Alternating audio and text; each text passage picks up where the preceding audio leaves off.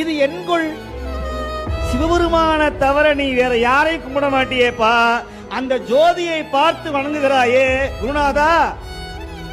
இப்ப சொல்றாரு மந்திர முனிவர். யாரு? உபமன்யு முனிவர், வியாக்கிரபாருடைய பிள்ளை, கிருஷ்ணருக்கே தீட்சை கொடுத்தவர். சொல்றார், நம்பி ஆரூரன் நாம் தொழும் தன்மையன் சுந்தரன் நான் வணங்க வேண்டியவன் சொல்றார்.